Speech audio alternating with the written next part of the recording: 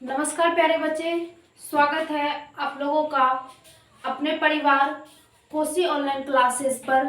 तो जैसा कि आप लोगों को पता है कि हम लोग पढ़ रहे थे किसको, बायोलॉजी को। और बायोलॉजी का जो हम लोगों का फर्स्ट चैप्टर था जैव प्रक्रम पोषण, तो वो क्या हुआ था, कंप्लीट हो चुका था। और उनका हम आप लोगों को ऑब्जेक्टिव भी करा चुके थे। तो उम्मीद है आप लोग उनको बहुत अच्छे से तैयारी कर लिए होंगे। तो हम लोगों का दूसरा चैप्टर भी स्टार्ट हो चुका था और उनमें भी हम कुछ बातें कर लिए थे। तो आज हम उनसे आगे बात करेंगे। और पिछले वीडियो में हमने अध्याय जो हमारा दूसरा था श्वसन, तो श्वसन के बारे में सिर्फ इतना जाने थे कि श्वसन क्या होता है, कैसे होता है, और ज्यादा कुछ नहीं जाने थे। ठीक है, तो आज हम लोग क्या करेंगे, तो अध्याय 2 का ही श्वसन रेस्पिरेशन का जो आगे की बिंदु होगा, आज हम वहां से स्टार्ट करेंगे। शायद हमको लगता है हम आप लोगों को श्वसन बताते हुए उसके बाद एटीपी क्या है ये भी बता दिए थे, और उनके बाद श्वसन दो तरह के, वायवीय श्वसन और अवायवीय श्वसन, ये बातें हम नहीं बताए थे। लेकिन आज उनसे पहले हम और एक बातें करेंगे जो बहुत इम्पोर्टेंट मुख्य बातें हैं, श्वसन से ही संबंधित मुख्य बिंदु जो आपके एग्जाम में भी पूछा जा सकता है और आपके लिए भी बहुत इम्पोर्टेंट है। तो आज हम लोग क्या करेंगे, उसी को जानेंगे। तो आप लोग बहुत अच्छे से ध्यान से इनको देखिए और नोट्स भी बनाते जाइए और उनको रिवाइज करते जाइए, याद करते जाइए। तो चलिए हम ज़्यादा देरी नहीं करेंगे, बात करते हैं आज श्वसन से जुड़ी महत्वपूर्ण चीज़ों पर, बिंदुओं पर। ठीक है, तो देखिए फटाफट एक एक करके बिंदु पर हम डिस्कस करेंगे, एक एक बिंदुओं को हम लिखेंगे और फिर आप लोगों को बताएंगे भी। तो आप लोग क्या करेंगे, आप लोग को क्या करना है कि इनका तैयारी करना है। तो चलिए हम पहले लिख लेते हैं, श्वसन से संबंधित, श्वसन से संबंधित महत्वपूर्ण बातें, श्वसन से संबंधित महत्वपूर्ण बातें। पिछले वीडियो में हमने अगर आपको श्वसन के बारे में बताए थे तो हम बताए थे कि हम लोग क्या करते हैं, वायुमंडल से ऑक्सीजन को ग्रहण करते हैं और शरीर की हर एक कोशिकाओं तक पहुंचाते हैं और फिर शरीर की कोशिकाओं से कार्बन डाइऑक्साइड को लेकर के फिर उनको बाहर निकालते हैं। तो इसी प्रक्रिया को क्या कहते हैं, श्वसन कहते हैं। ठीक है, इतनी बातें हम आपको समझा दिए थे। तो देखिए आज का पॉइंट हमारा क्या है, और ये पॉइंट बहुत इंपॉर्टेंट पॉइंट है, आपके लिए बहुत महत्वपूर्ण है, तो इनको अच्छे से ध्यान दीजिएगा। तो पहला पॉइंट हम लोगों का हो जाएगा क्या, पहला हो जाएगा वायु जिस मार्ग का, वायु जिस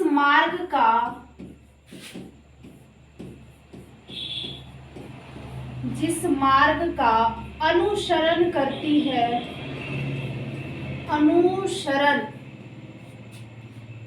अनुसरण करती है,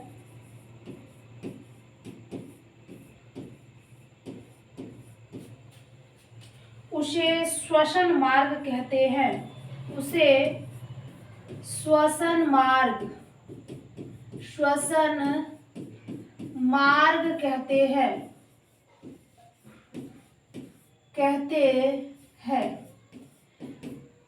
बच्चे आपको ध्यान रखना है कि जब हम वायुमंडल से ऑक्सीजन लेते हैं, हवाओं को ग्रहण करते हैं, तो जिस रास्ते से वो जाते हैं अनुसरण करने का मतलब, और मार्ग मीन्स रास्ता।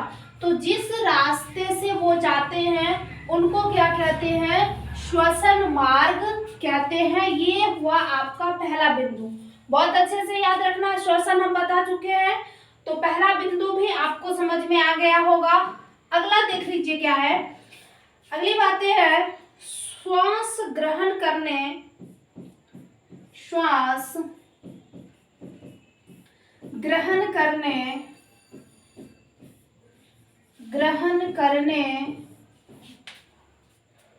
की क्रिया को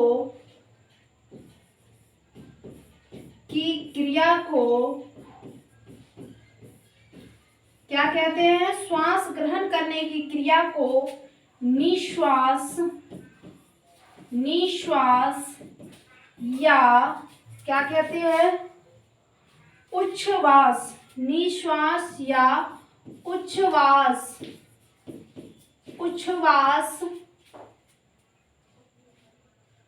तथा, यही लिख लीजिए, श्वास ग्रहण करने की क्रिया को निश्वास या उच्छ्वास तथा श्वास छोड़ने की क्रिया को, श्वास छोड़ने की क्रिया को क्या कहते हैं, छोड़ने की क्रिया को निःश्वास कहते हैं। क्या कहते हैं, निःश्वास कहते हैं। बच्चे आपको बहुत अच्छे से याद रखना है कि जब हम लोग सांस लेते हैं, वायुमंडल से हवा ग्रहण करते हैं, ऑक्सीजन को ग्रहण करते हैं, तो वो हमारे शरीर की हर एक कोशिकाओं तक कैसे पहुंचता है ये भी हम आपको बताएंगे कि इसको हर एक कोशिकाओं तक ऑक्सीजन को पहुंचाने के लिए हमारे रक्त का बहुत ज्यादा भागीदारी होता है इसमें।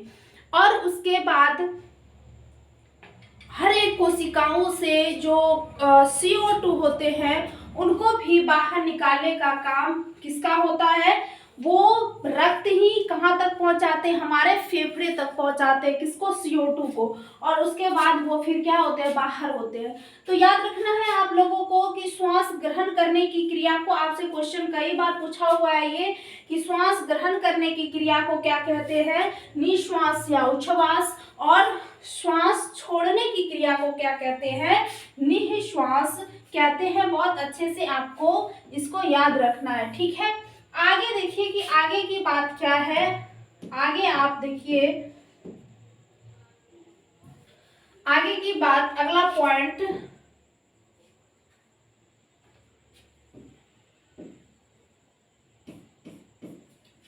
अगला पॉइंट पे आपको बहुत अच्छे से ध्यान देना है कि श्वसन की दोनों श्वसन की दोनों अवस्थाएं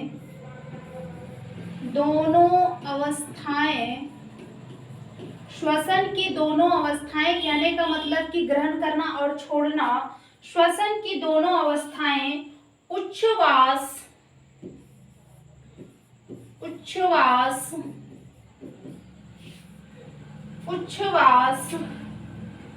एवं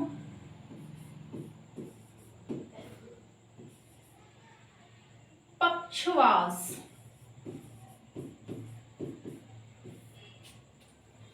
ऐसे होता है।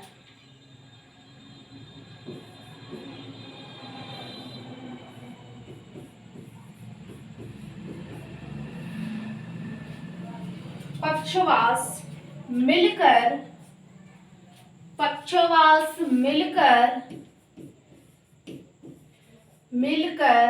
क्या बनाता है, श्वासोच्छ्वास, मिलकर क्या बनाता है, श्वासोच्छ्वास कहलाती है।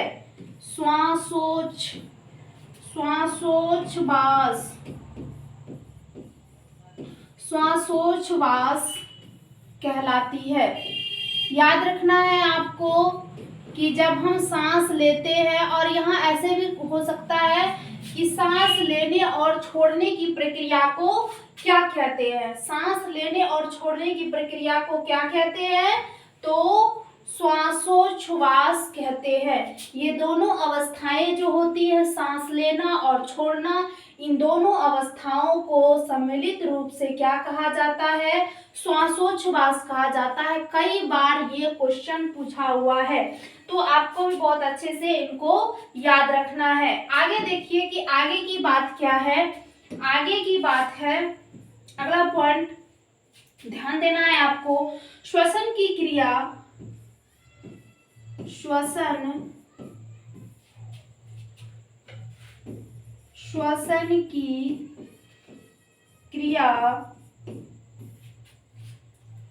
से हमें क्या ऊर्जा और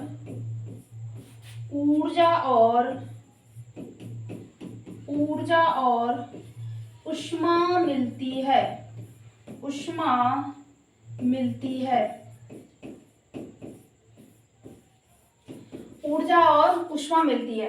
बहुत अच्छे से आपको ये बात याद रखना है कि श्वसन की क्रिया से हमें क्या मिलती है? ऊर्जा। बच्चे एक बात आप कभी ध्यान दिए हैं कि जब हम सांस नहीं लेंगे, मान लीजिए अगर मेरा दम किसी तरह से या श्वास मेरा किसी तरह से रुक जाए, तो फिर मेरे शरीर का स्थिति क्या होगा, ये आप अंदाजा लगा सकते हैं कि अगर हम श्वास लेते हैं तो उसी से हमको क्या मिलती है? ऊर्जा मिलती है। आपको एक चीज बहुत अच्छे से ये भी ध्यान रखना है, अगर किसी आदमी की मृत्यु हो जाती है तो आप देखेंगे क्या कि उनके शरीर ठंडे पड़ जाते हैं। उनके शरीर ठंडे पड़ जाते हैं। तो क्यों पड़ जाते हैं? क्योंकि उनके शरीर में क्या हो जाती है? ऊष्मा कम हो जाती है। और ऊष्मा कब कम हो जाती है? जब हम सांस नहीं लेते हैं तब। एक बात आपको ये बात याद रखना है कि CO2 जो गैस होता है, CO2 गैस जो होता है, ये गैस ये गर्म गैस है, ठीक है। तो ये कौन सी गैस है? गर्म गैस है। तो जब हम श्वास लेते हैं तो इनके साथ हमें ऊर्जा तो मिलती है, लेकिन हमारे शरीर में ताप भी बना हुआ रहता, ऊष्मा भी मिलती है।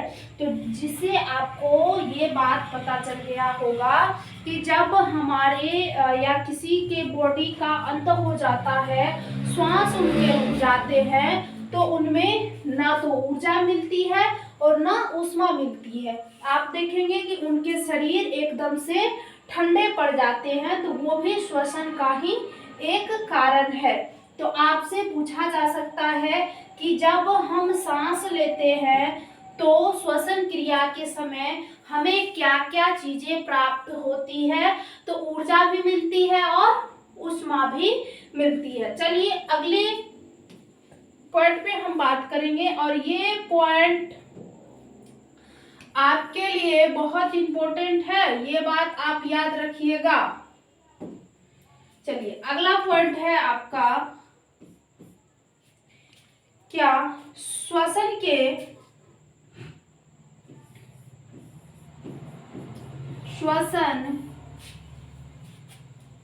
ऑक्सीकरण और श्वसन के ऑक्सीकरण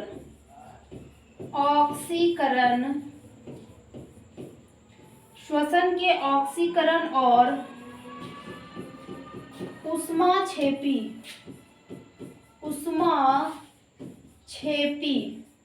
श्वसन के ऑक्सीकरण और ऊष्माक्षेपी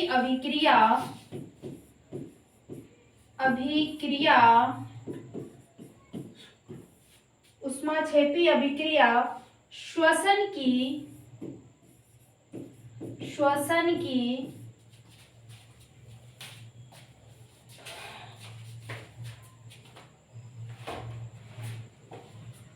श्वसन क्या लिखे हैं कि श्वसन के ऑक्सीकरण और ऊष्माक्षेपी अभिक्रिया श्वसन एक प्रकार की उपापचयी क्रिया है। श्वसन एक प्रकार की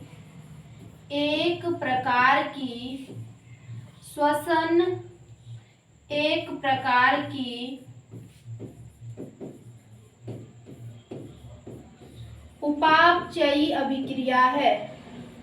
उपापचयी अभिक्रिया है। ये आपको बहुत अच्छे से याद रखना है कि श्वसन ऑक्सीकरण और ऊष्माक्षेपी दोनों अभिक्रिया है, ठीक है। और ये एक उपापचय अभिक्रिया भी है। ये भी क्वेश्चन आपसे पूछा जा सकता है कि श्वसन कौन कौन सी अभिक्रियाएं हैं, तो श्वसन ऑक्सीकरण और ऊष्माक्षेपी अभिक्रियाएं हैं, और यह एक उपापचय अभिक्रिया भी है, ठीक है। चलिए आगे बात करेंगे अगले पॉइंट पर। हम अगला पॉइंट क्या है आप लोगों का वो ध्यान से सुनिए। एक वयस्क मनुष्य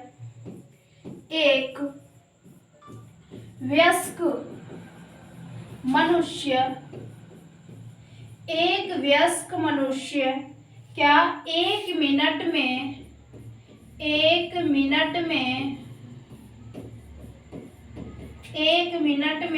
लगभग 16 से 18 बार श्वसन करता है। एक वयस्क मनुष्य कितने बार श्वसन करता है? एक वयस्क मनुष्य मतलब एक बड़े आदमी, बच्चे के अकॉर्डिंग जो बड़े आदमी होते हैं वो 1 मिनट में कितने बार श्वसन करते हैं? लगभग 16 से 18 बार श्वसन की क्रिया क्या करते हैं। इसको भी आपको बहुत अच्छे से याद रखना है। ये श्वसन से ही संबंधित महत्वपूर्ण बिंदु है जो आपके लिए बहुत इंपॉर्टेंट बिंदु है, ठीक है। बहुत इंपॉर्टेंट बिंदु है ये आपके लिए। आगे देखिए क्या है,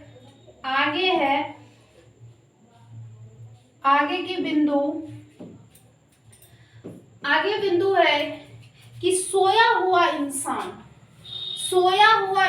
क्या श्वसन करता है? क्या आदमी सो जाते हैं, मर जाते हैं? नहीं, मरते तो नहीं है, लेकिन उनकी श्वास लेने का जो वो क्षमताएं होती है, जो एक आदमी में 16 से 18 होता है, तो उनकी क्षमताएं क्या होती है? कम जाती है। तो जब मनुष्य सोया हुआ रहता है तो उनकी क्षमताएं क्या होती है? कम जाती है। तो कितनी हो जाती है वो देखिए। सोया हुआ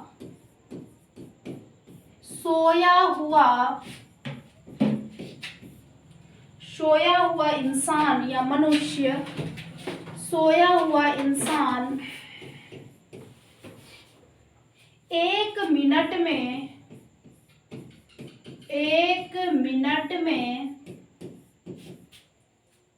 लगभग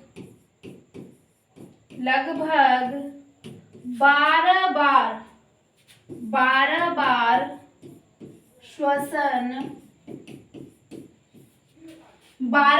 श्वसन करता है।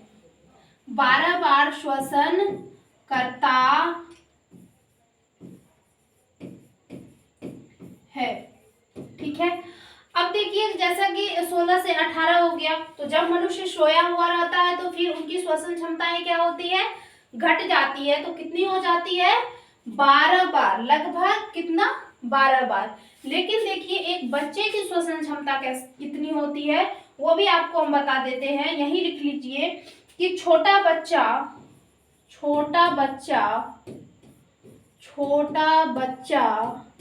1 मिनट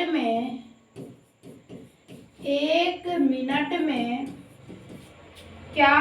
लगभग 1 मिनट में लगभग 25 बार श्वसन करता है। 25 बार श्वसन करता है। सोया हुआ इंसान लगभग 12 बार, एक वयस्क आदमी 16 से लगभग 18 बार, और छोटा सा बच्चा 1 मिनट में कितने बार? 25 बार श्वसन करता है। चलिए आगे देख लेते हैं। अगला पॉइंट क्या है हम लोगों का वो देखिए।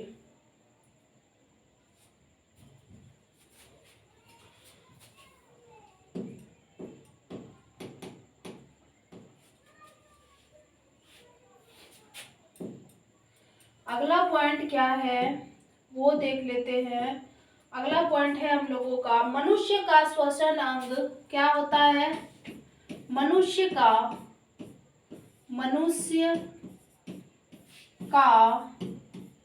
श्वसन अंग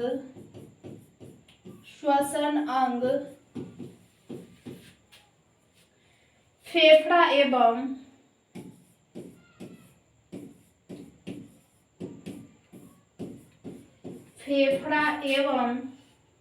श्वसन गैस ऑक्सीजन और कार्बन डाइऑक्साइड है। फेफड़ा एवं श्वसन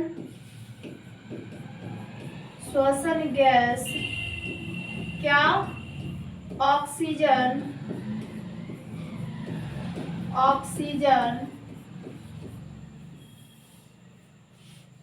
और कार्बन डाइऑक्साइड है। और कार्बन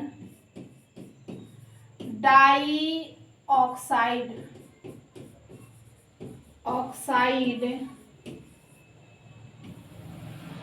है। ठीक है, मनुष्य का श्वसन अंग क्या है, फेफड़ा, और उनके श्वसन गैस कौन से होते हैं, ऑक्सीजन और कार्बन डाइऑक्साइड होते हैं। चलिए आगे बात करेंगे हम। उस दिन भी हम एटीपी का फुल फॉर्म बताए थे, उम्मीद करेंगे आपको क्या होगा, पता होगा। ठीक है, तो अगला पॉइंट है, अगला है हम लोगों का श्वसन से प्राप्त ऊर्जा को श्वसन से प्राप्त ऊर्जा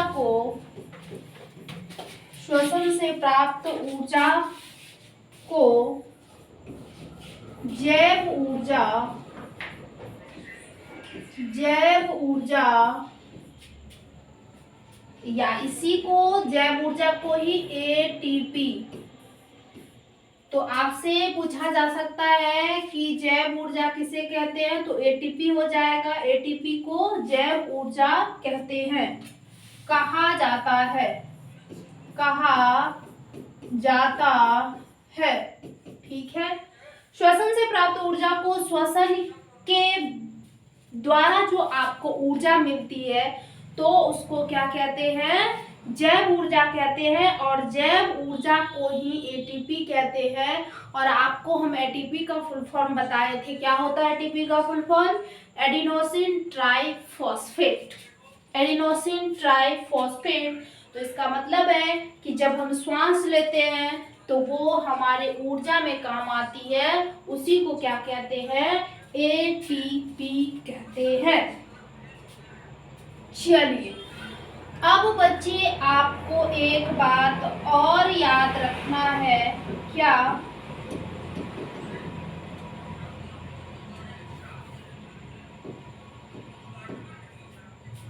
आपको एक बात और याद रखना है, क्या,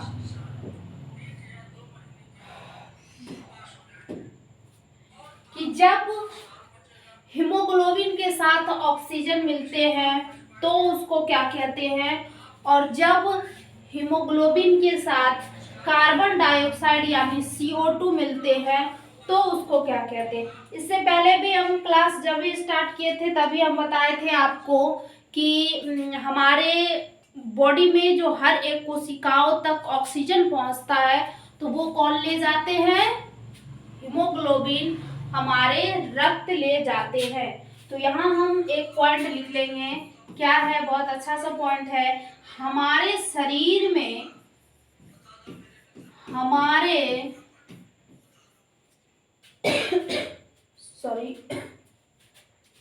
हमारे शरीर में ऑक्सीजन और ऑक्सीजन और कार्बन डाइऑक्साइड का कार्बन डाइऑक्साइड कार्बन डाइऑक्साइड का वाहक कौन होता है? वाहक हीमोग्लोबिन होता है। वाहक कौन होता है? हीमोग्लोबिन होता है। वाहक हीमोग्लोबिन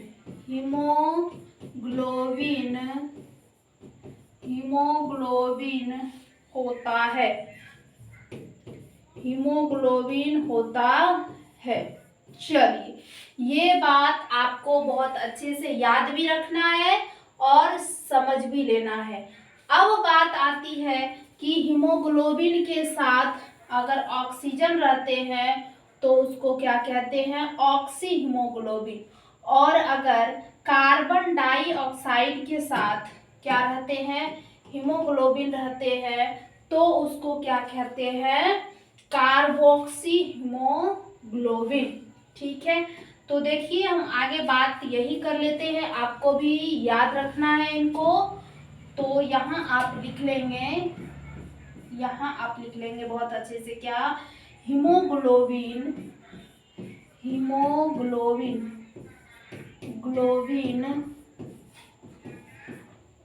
प्लस क्या? ऑक्सीजन O2 बराबर क्या हो जाएगा? Oxy haemoglobin oxy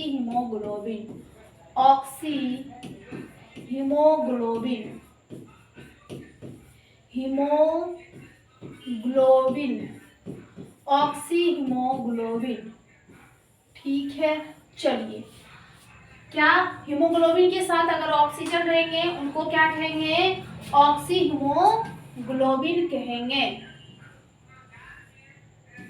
oxy haemoglobin उनको कहेंगे। लेकिन अगर कौन हीमोग्लोबिन के साथ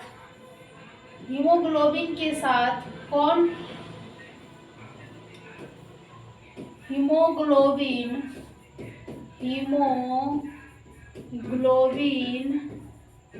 प्लस क्या?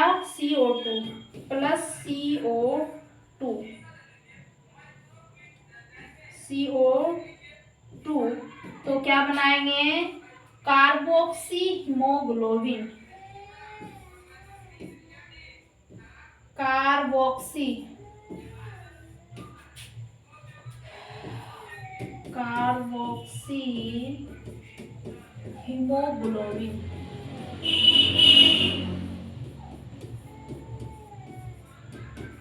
Carboxy haemoglobin. ये भी बहुत अच्छे से आपको क्या करना है? याद रख लेना है, क्योंकि ये भी कई बार आपसे पूछ सकता है कि जब हीमोग्लोबिन के साथ CO2 रहेंगे तो उसको क्या कहेंगे? Carboxy haemoglobin.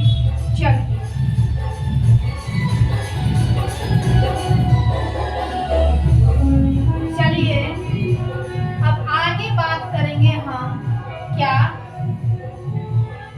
कि मानव में जो श्वास नली होती है उसकी लंबाई कितनी होती है? मानव में जो श्वास नली होती है उसकी लंबाई कितनी होती है, ये बात करेंगे हम। तो आपको बहुत अच्छे से याद रखना है और लिख भी लीजिए कि मानव में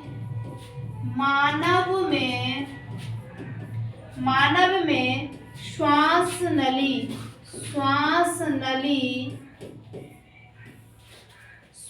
नली या ट्रेकिया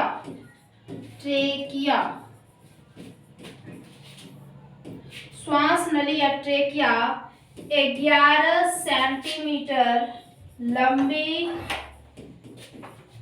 सेंटीमीटर लंबी और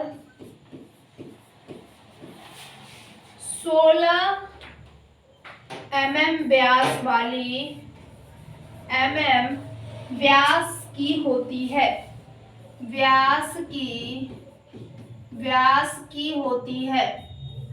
बच्चे आपको बहुत अच्छे से ये बात याद रखना है कि श्वास नली, अगर इसको, ये जो हमारे गले के जो ये वाली भागे हैं इनको ट्रेकिया बोला जाता है, ठीक है।